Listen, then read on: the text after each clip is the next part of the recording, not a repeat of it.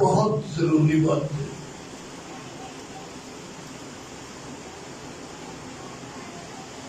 بلکہ حتمی بات ہے.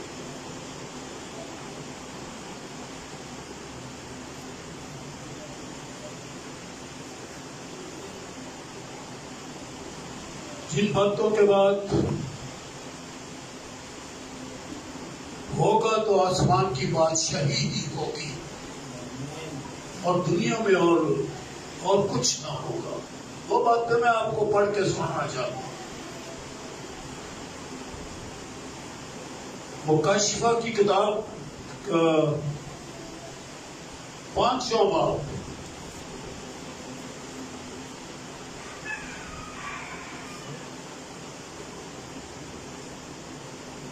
اور جو تخت پر بیٹھا تھا، چوتھے باب کی دوسری آیت پڑھتا ہوں پہلے. اور فوراً میں روح میں آ گیا اور کیا دیکھتا ہوں کہ آسمان پر ایک تخت رکھا ہے اور اس تخت پر کوئی بیٹھا ہے. اب 5 باب کی پہلی آیت سے پہلے چوتھے کی دوسری میں نے پڑھی ہے، اس کے ساتھ 5 باب کو جوڑ رہا. اور جو تخت پر بیٹھا تھا، میں نے اس کے دائیں ہاتھ میں ایک کتاب دیکھی.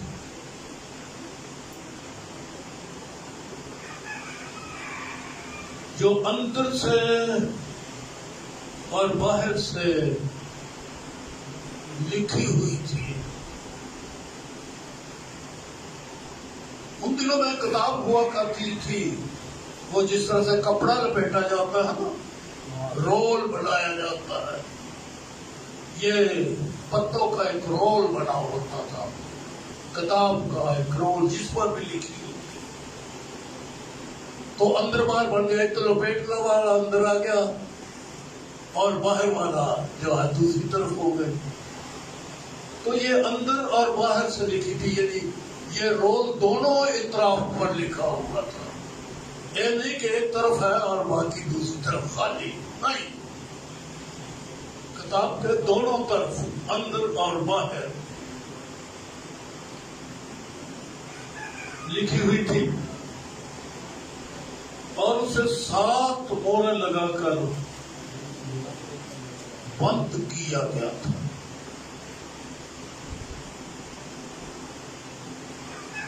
سادہ بتاتا جاتا ہوں، یہ دنیا ہے. جو کچھ دنیا میں ہونے کو تھا اس کا سارا ہی پروگرام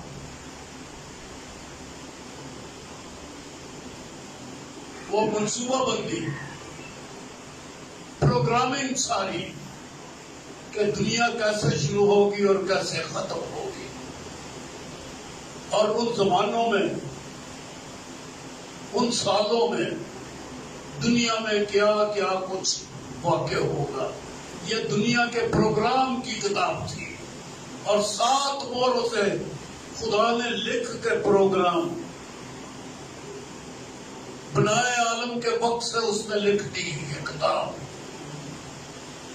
یہ کتاب بنائے عالم کے وقت سے لکھی گئی.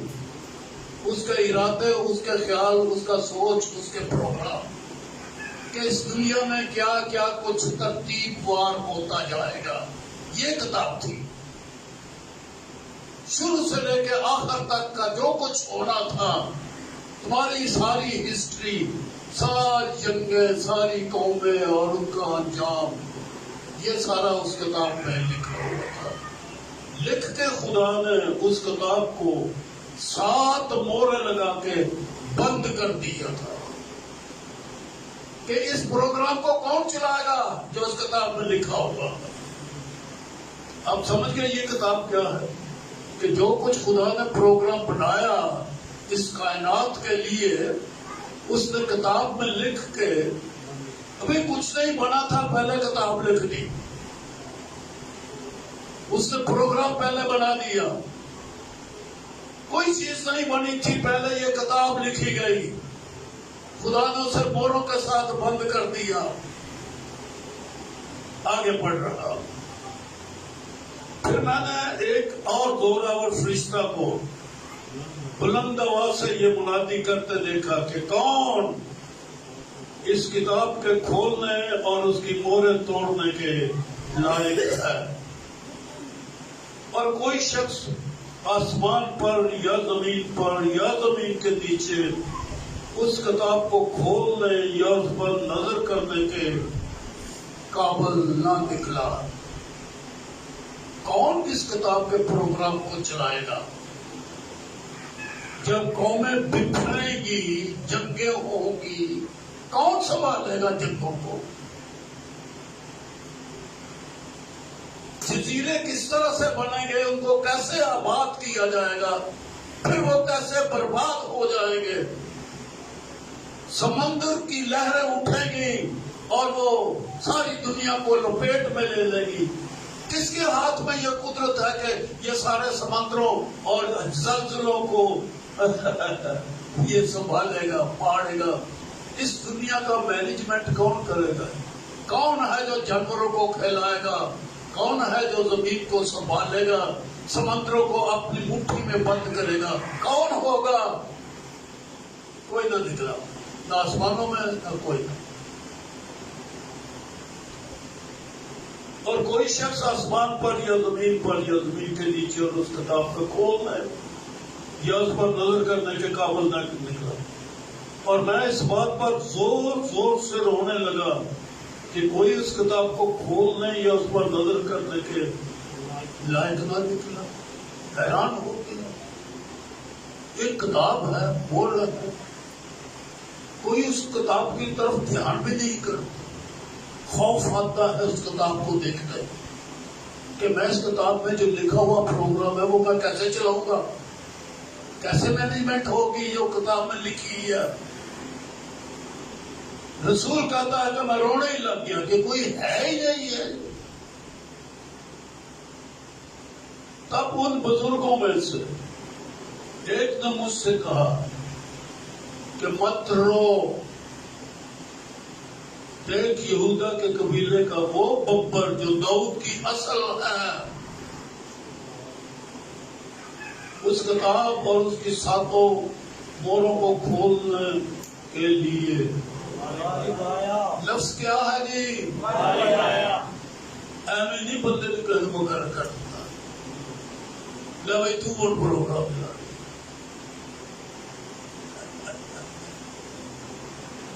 یہ تو غالب آنے والی بات ہے. کامیاب کون نکلا؟ کون کرے گا دنیا کا انتظام؟ آسمانوں اور زمینوں کو کون سنبھالے گا؟ وہ جو کہ اسی ایویں جا کے مالک بن کے بہ جاؤ گے، روز گناہ کرنے تو جا کے مالک بنائیں گے. یہ تو اس کا اپنا کلمہ ہی پہلے اس کو تجربات میں سے، آزمائشوں میں سے، مصیبتوں میں سے، دکھوں میں سے ہو کر گزرنا پڑا. پھر وہ غالب آیا، تب وہ اس لائق ہوا کہ اس کتاب کو پکڑ سکے. اس لیے بائبل بڑی خوبصورت کتاب ہے. بڑے چچے تلے لفظ اس میں لکھے ہوتے ہیں. ہم موٹا موٹے پڑھ جاتے ہیں. ارے جیسا یہ باریکی سے لکھی گئی ہے اسی باریکی کے ساتھ اسے پڑھنا چاہیے. یہاں لکھا ہے غالب آیا ہو. ارے غلبے والی زندگی اختیار کرو. اگر اپنے ہاتھ میں کچھ لینا ہے تو حکومت کرنی ہے یا نہیں کرنی، بادشاہی کرنی ہے یا نہیں کرنی. کرنی ہے تو غلبہ ہونا چاہیے. زندگی میں ایسے ہی گزار دی ہم نے. غلبہ چاہیے. اور میں نے اس تخت اور چاروں جانداروں اور ان بزرگوں کے بیچ میں گویا ذبح کیا ہوا ایک برا کھڑے دیکھا. آسمانوں میں کوئی قطر و غارت نہیں ہو رہی تھی کہ یسوع مسیح کو کیل وہاں نہیں لگائے جا رہے تھے. لفظ گویا ہے، ایک تمثیلی چیز ہے. یہ ایک تمثیلی چیز ہے. یہ گویا ذبح کیا ہوا ایک برا کھڑا دیکھا اور اس کے 7 سینگ. ہم اس برے کو جو ذبح ہوا تو ہم یسوع مسیح لیتے ہیں. یسوع مسیح نے 7 سینگ کے ساتھ تو دنیا نے بتایا تھا. ایک بھی نظر نہیں ہوگا. 2 سال ہو گئے. وہ تو ہماری طرح کا گول مٹول ایک سر تھا. اوپر بال تھے لمبے لمبے گردن تک کے تھے. بڑے خوبصورت بال تھے. اوپر سے کالے نیچے سے ہلکے سنہرے.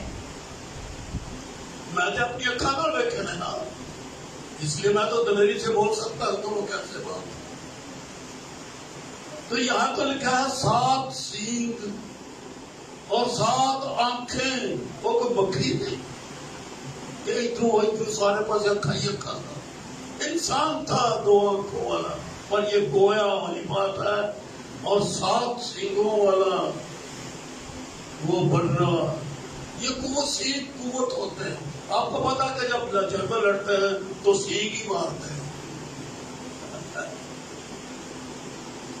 تو یہ جنگ قوت کو ثابت کرتے ہیں سینگ. اور آنکھیں جو ہیں عقل دانائی اور فہم کو, کہ ہر چیز پر نظر, ہر چیز کا مطالعہ, ہر چیز کو سمجھنا سوچنا, یہ آنکھ ہے مکمل دانائی. تو یہ ایک گویا برا سا اسے نظر آیا آسمانوں میں. پرانی رویا اسے دکھائی جا رہی ہے. بنائے عالم کے وقت کی رویا اسے دکھائی جا رہی ہے. یہ مکاشفہ کوئی عام چیز نہیں ہے. تو یہ برا اسے دیکھا. 7 روحیں ہیں جو تمام روحیں زمین پر بھیجی گئی. اور اس نے آ کر تخت پر بیٹھے ہوئے دانے ہاتھ سے اس کتاب کو لے لیا. اور جب اس نے کتاب لے لی تو چاروں جا کر, تو یہ سارے سجدے تعریف اور حمد و ستائش چلتی گئی. اور 14ویں آیت یہاں, اور بزرگوں نے گر کر سجدہ کیا. برے نے, یسوع نے وہ کتابیں لے لی. پرانی بات کو حوالہ دے کے یہ بتایا گیا کہ دنیا کا کنٹرول کس کے ہاتھ میں ہوگا. یہ ہے اس باب کا لب لباب, کہ دنیا کو کون چلانے والا ہوگا. دنیا پر حکومت کس کی ہے, دنیا کو کون چلا رہا ہے, انتظام کس کے ہاتھ میں ہے. تو یہ اس باب میں بتایا گیا ہے 5ویں باب. اور اب میں مرکزی مضمون کے اوپر آ رہا ہوں. 6واں باب ہے. برے کے ہاتھ میں کتاب ہے. اب وہ موریں کھولنا ہے اس کو باری باری کیا ہوگا. اور اب یہ جو بات ہے کہ یہ خداوند یسوع مسیح کے آسمان پر چلے جانے کے بعد کی دنیا کے حالات. ہمیں پتا ہے کہ یسوع آیا, اپنی خدمت کو پورا کر کے مر گیا, مردوں میں سے زندہ ہوا, آسمان پر چڑھا گیا. اور جب وہ چلا گیا تو پھر خدا باپ کے دانے ہاتھ بیٹھا. اور یہ مکاشفہ جو یہاں درج ہے یہ یسوع مسیح کو دیا گیا. پہلے یسوع مسیح کو جب وہ جسم میں تھا, جب وہ مجسم ہوا, کلام سناتا تھا, لوگوں کی مدد کرتا تھا, کھانے پینے کی بھی, اور لوگوں کی شفا بھی کرتا تھا, اور مردے بھی زندہ کرتا تھا. ایک دن شاگردوں نے پوچھا, تیرے آنے کا اور دنیا کے خاتمے کا وقت کون ہے؟ آپ جانتے ہیں کہ یسوع نے کیا جواب دیا تھا؟ کہ اس گھڑی کو اور اس وقت کو میں نہیں جانتا. تو اس کے پاس سے کوئی مکاشفہ نہیں تھا. اس وقت سے کوئی مکاشفہ نہیں تھا جب وہ جسم میں آیا. کیوں؟ اگر وہ الہی باتیں ساتھ لے کر آیا, وہ قدرت لے کر آتا, تو لوگ تو اس پہاڑ کو نہیں چھو سکتے تھے جس پر وہ آپ اترا تھا. سینا پہاڑ پر, پہاڑ کانپ رہا تھا. پر یسوع جب آیا ہے وہی پہاڑ والا ہی, ہے وہی جب وہ مجسم ہویا اور آ گیا تو اس نے اپنے آپ کو خالی کیا. فلپیوں کے دوسرے باب میں لکھا ہے کہ اگرچہ کہ وہ خدا کی صورت پر تھا، خدا کے برابر ہونے کو قبضہ میں رکھنے کی چیز نہ سمجھا اور اپنے آپ کو خالی کر دیا. لیکن جب وہ باپ کے دانے ہاتھ جا بیٹھا ہے تو اسے خدا نے مکاشفہ دیا. اس کتاب کے شروع میں آتا ہے پہلی باب میں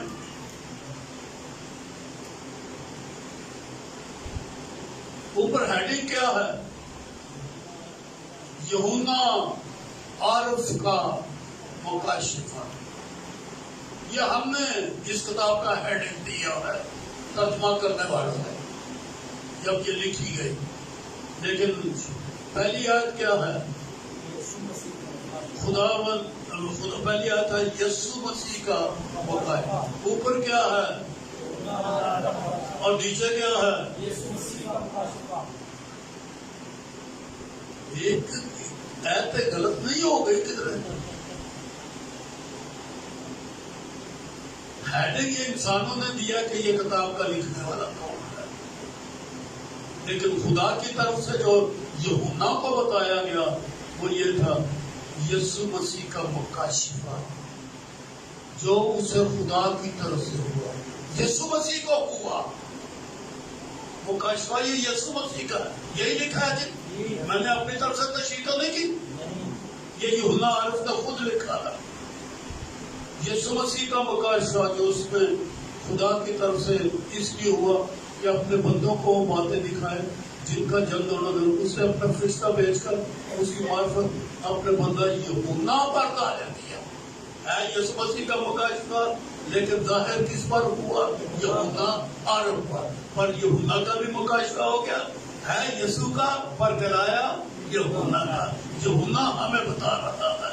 تو یہ باتیں بتائی گئی ہیں کہ پھر میں نے دیکھا کہ برہ نے ان 7 موروں میں سے ایک کو کھولا، چھٹا بات، اور چند داردوں میں سے ایک کی گرج سی آواز سنی کہ آ. اور میں نے نگاہ کی تو کیا دیکھتا ہوں کہ ایک سفید گھوڑا ہے اور اس کا سوار کمان لیے ہوئے ہے. اسے ایک تاج دیا گیا اور وہ فتح کرتا ہوا نکلا تاکہ اور بھی فتح کرے. اس آیت کے اوپر دنیا کی سوچیں دو ہو گئی ہیں. مجھے نہیں پتا کہ آپ کی سوچ کے ہیں. دونوں سوچیں آپ کے سامنے میں بیان کرنے لگا. شروع میں تو لوگ یہی سوچا کرتے تھے کہ یہ سفید گھوڑے والا یسوع مسیح ہے. شروع کلیسیا یہ مانتی تھی. پھر ماڈرن دنیا آ گئی اور بڑے بڑے عالم پیدا ہو گئے، بڑے بڑے مفسر پیدا ہو گئے. انہوں نے PhD کر لی، وہ ڈاکٹر ہو گئے، ڈاکٹروں کے ڈاکٹر ہو گئے. 15 ڈاکٹریٹ انہوں نے حاصل کر لی. پھر سوچیں بدلنے لگی کہ یہ ڈاکٹر بن گئے ہیں تو نئی چیزیں دسیے. پھر سوچ یہ بن گئی جی کہ یہ خداوند یسوع نہیں ہے، یہ شیطان ہے. کتابیں لکھی ہوئی ہیں، کمنٹریاں لکھی ہوئی ہیں. پاکستانیوں نے بھی کتابیں. ایک پادری جہانگیر ہوا کرتے تھے یہیں پر، یہ گجرالہ میں رہے، یہاں پر بھی کھوکھرکی میں وہ پادری رہے. آج کل وہ کراچی میں ہے، بہت ضعیف ہو گئے ہیں. انہوں نے بھی ایک کتاب لکھی مکاشفہ کے اوپر اور اس میں یہ لکھا کہ یہ شیطان ہے. میں نے اپنے کانوں سے ایک گورے کو یہ تعلیم دیتے ہوئے سنا لاہور میں FGA کے بائبل اسکول میں. وہ جو گراؤنڈ ہے اس میں وہ بات کر رہا تھا اور کہنے لگا سویڈن سے وہ آیا تھا اسٹینلے شوبرگ یہ منادی کر رہا تھا کہ یہ شیطان ہے. سارا پاکستان کہنے لگا کہ یہ شیطان ہے. گورا آ کے تعلیم دو پھر اسی نہ مننی ہے. گورا جدو تعلیم دے تو پھر منگنی پی جاتی ہے. پھر پاکستانیوں نے مان لیا کہ یہ شیطان ہے. مجھے یہ بتاؤ، اب میں دوسری بات کرنے لگا، دلیل دینے لگا. اچھا پہلے ان کی بات کر دوں. کیوں کہتے ہیں شیطان؟ اس سفید گھوڑے والے سوار کو شیطان لوگ کیوں کہتے ہیں؟ یہاں لکھا ہوا ہے، بڑی پکی دلیل دے رہے ہیں. آپ بھی قائل ہو جائیں گے. جب سارا پاکستان قائل ہو گیا تو ہم کس باپ کی مولی ہیں؟ ہم بھی قائل ہو جاتے ہیں. یہ لکھا ہے. اور اس کا سوار کمان لیے ہوئے تھا.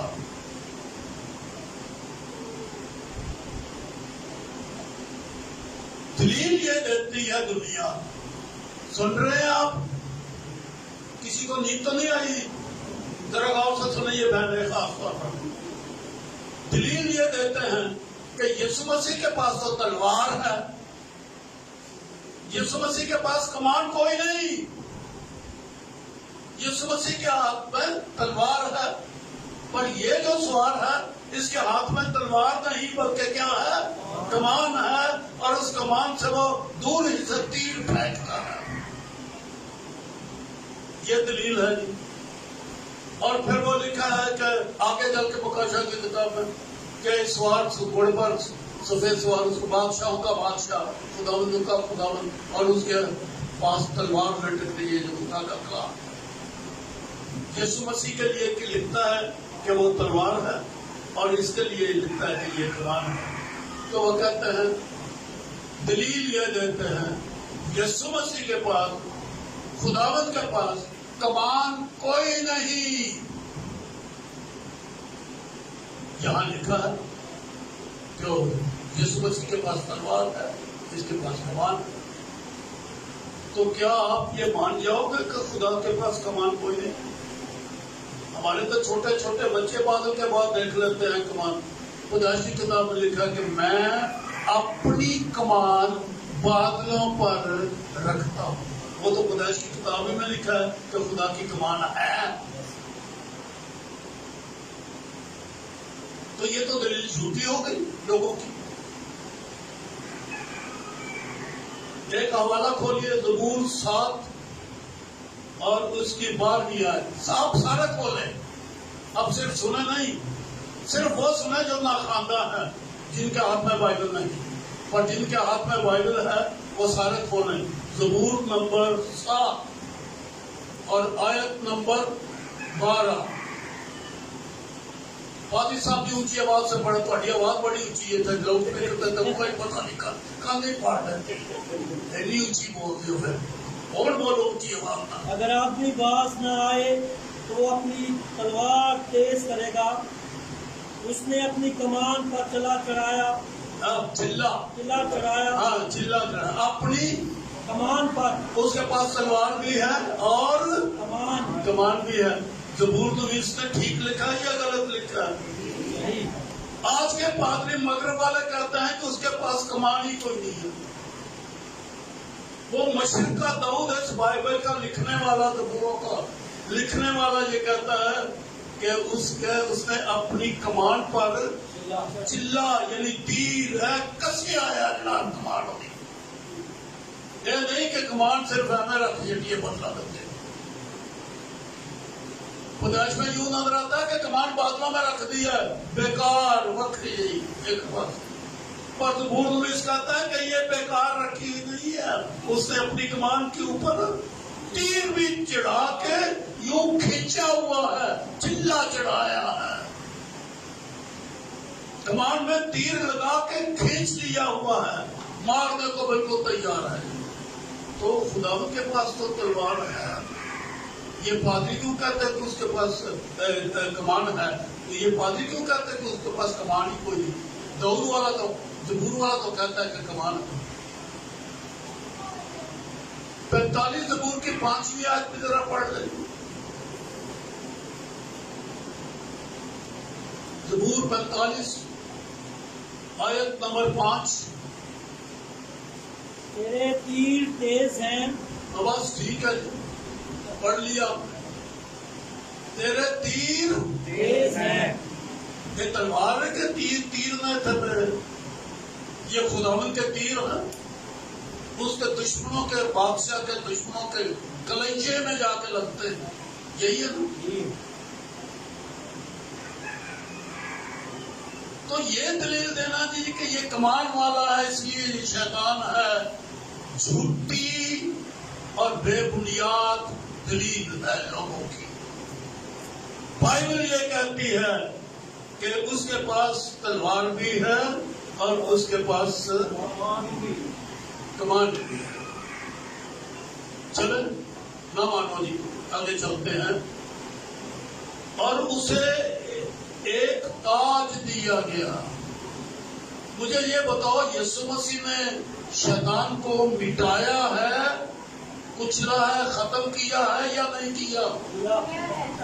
تو ہنو تاج آپ ہی مار کے تو ہنو نہ لے ذرا پتر میں تو تاج ہی پہناوا. اس بائبل کے خلاف ہی تعلیم بنا رہے ہو، اسی آیت کو پڑھتے ہو اور اس کی غلط تشریح کرتے ہو. اسے ایک تاج دیا گیا کہ جنہی گل پہلے تیسرے باب میں پیدائش لکھی ہے، وہ تیرے سر کو کچلے گا.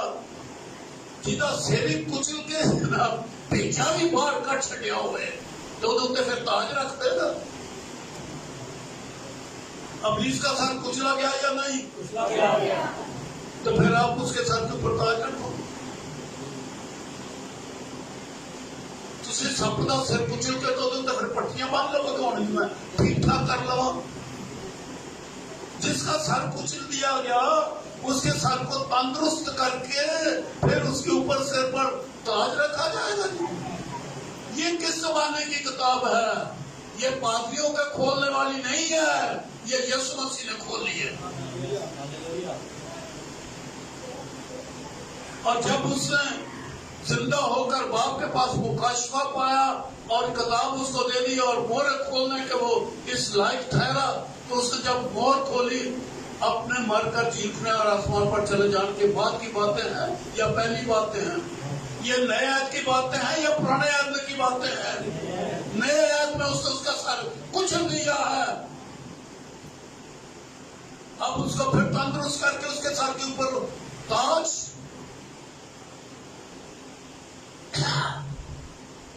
اسے تاج دیا گیا.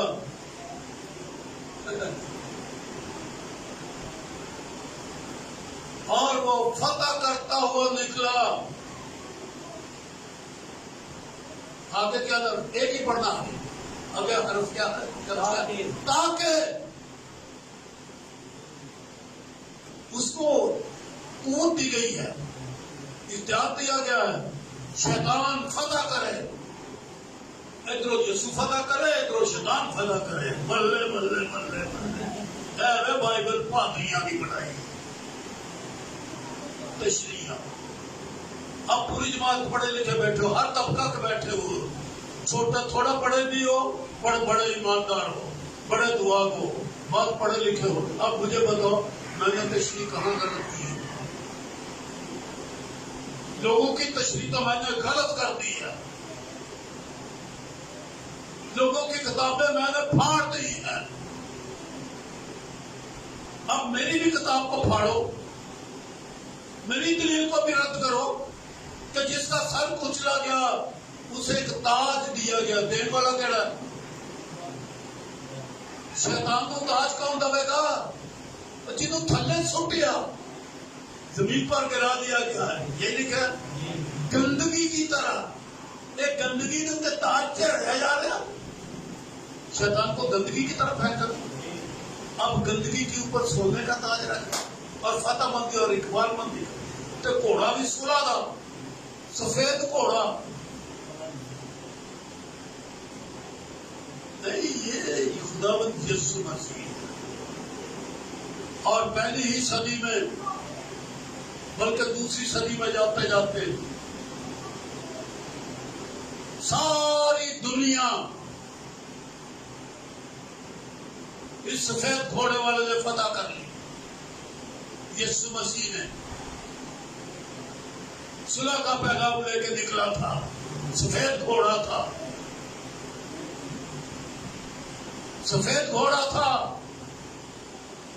صلح کا پیغام لے کر آیا اور خداوند یسوع مسیح کے اس قول کو پورا کیا. جب وہ آسمان پر جانے لگا زیتون کے پہاڑ کے اوپر، شاگردوں کو اس نے کیا حکم دیا تھا؟ ساری دنیا میں جا کر انجیل کی منادی کرو اور تمہیں شاگرد بناؤ. ساری دنیا میں جا کر، کیا لکھا ہے؟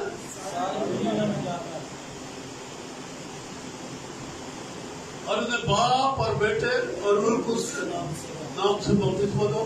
اور دیکھو میں دنیا کے پوری دنیا میں لوگ اس کے رسول چلے گئے، 12 ملٹی پلائی ہوتے چلے گئے، ہزار خادم نکلے اور پوری دنیا میں وہ پھیل گئے، سائبیریا کے میدانوں تک اور ادھر نیوزی لینڈ تک، ادھر ساؤتھ افریقہ تک اور ادھر ساؤتھ امریکہ کے آخری ملک تک، جاپان تک، ساری دنیا کے لوگ چلے گئے اور پہلی ہی 2 صدیوں کے اندر دنیا میں مسیحیت پھیل گئی.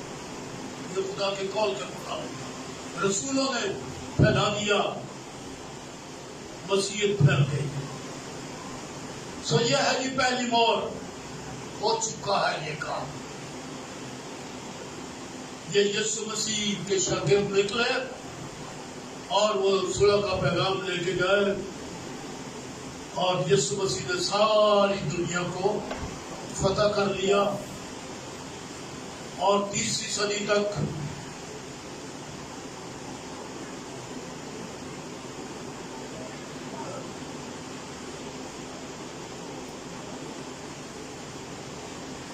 روم کے کیسرا بادشاہ جو تھے وہ گھرانہ بھی مسیحی، چھوٹے بڑے بہت مسیحی ہو گئے. تب یہ وقت آیا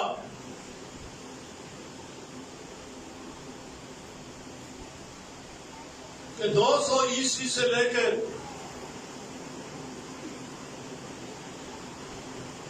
300 عیسوی تک، پہلے 2 صدیاں تو ہو گئی، پھر جب 200 مکمل ہو گئے یا تقریباً مکمل ہو گئے، رومی حکومت میں جب ساری دنیا کے اوپر تھی، خداوند نے دنیا کو فتح کر لیا، ساری دنیا میں مسیحی حکومتیں قائم ہو گئی. ہر ایک بر اعظم میں، ہر جزیرے میں خدا کا کلام چلا گیا، کلیسیاں بن گئی. کچھ تو آپ کو اعمال کی کتاب میں نظر آئے گا، اور اگر کچھ اور مزید پڑھنا ہو تو میں نے پوری دنیا کی ہسٹری لکھی ہے. ہسٹری کی کتاب میرے پاس ہے، اس کتاب کو خریدو اور اس میں پڑھو کہ کس طرح سے پوری دنیا کے اندر مسیحیت پھیل گئی اور کون کون لے کے گیا. تو تب اس حکومت میں پھوٹ پڑ گئی، طاقت کا وارث ہونے کے لیے لڑائیاں شروع ہو گئی. اور یہ دوسری مور کھل گئی. 200 عیسوی سے لے کے 300 عیسوی تک جنگ رہی. پھر اس کے بعد جب جنگ ختم ہو گئی 100 سال کے بعد تیسری مور کھول لی گئی. اور چونکہ جنگ ہو گئی تھی، 100 سال جنگ رہی، پوری دنیا میں سخت کال پڑ گیا. اور لکھا ہے نا، جب اس نے تیسری مور کھولی تو میں نے تیسرے جاندار کو یہ کہتا سنا کہ آ، اور میں نے نگاہ کی تو کیا دیکھتا ہوں کہ کالا گھوڑا، اور اس کے سوار کے ہاتھ میں ترازو تھا. کال پڑ گیا اور میں نے گویا ان چاروں جانداروں کے بیچ میں سے ایک آواز آتی تھی